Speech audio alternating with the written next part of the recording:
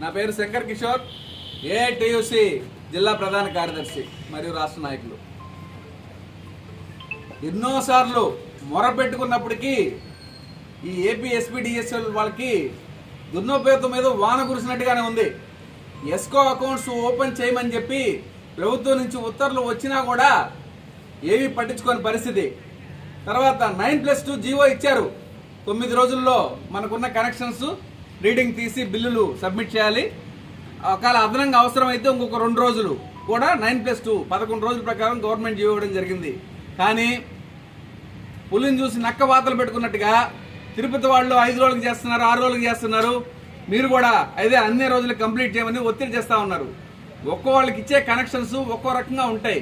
ఒక్కొక్క జిల్లా డిస్టెన్స్ ఒక్కో రకంగా ఉంటుంది. కాబట్టి ఇంకో జిల్లాలతో పోటీ పెట్టుకొని అలా చేయమని చెప్పడం కూడా సమంజసం కాదు. అలాగే అమరావతి విజయవాడలోనే ఎందుకుంది, నెల్లూరులో ఉండొచ్చు కదా, నెల్లూరులో పెట్టమని అడగొచ్చు కదా, అది సమంజసం కాదు. అలాగే ఈ జిల్లాల పోలిక పూర్తిగా వీళ్ళు వదిలేయాలి. 9+2 జీవో ప్రకారమే నిలబడి ఉండాలి. వీళ్ళకి కనీస వేతనం ఇచ్చే పరిస్థితి లేదు.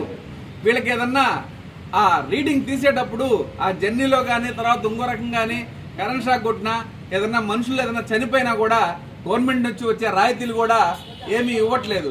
కాబట్టి యూజ్ అండ్ త్రో వాడుకొని వదిలేయాలి.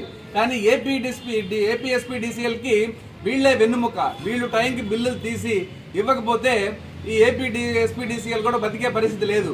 కాబట్టి అంత ముఖ్యమైనటువంటి పాత్ర పోషించే వీళ్ళని ఒక రోజువారీ కూలీలుగా పరిగణించి వాళ్ళని కరివేపాకు అలాగా కూరలో కరివేపాకు తీసేయడం కూడా చాలా బాధాకరం. కాబట్టి సుప్రీంకోర్టు కనీస వేతనం అనౌన్స్ చేశారు.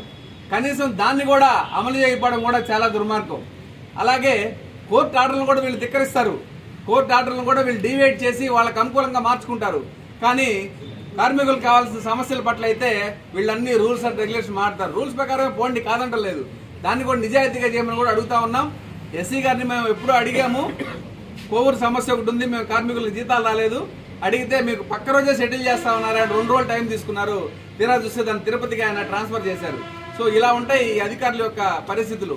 వీళ్ళు కూర్చునే ఏసీ రూమ్లు, వీళ్ళు తీసుకునే జీతాలు కూడా కార్మికులు కష్టపడితేనే వస్తున్నాయని ఒకసారి వాళ్ళు తెలుసుకోవాలని కూడా తెలియజేస్తూ సెలవు తీసుకుంటా ఉన్నాం.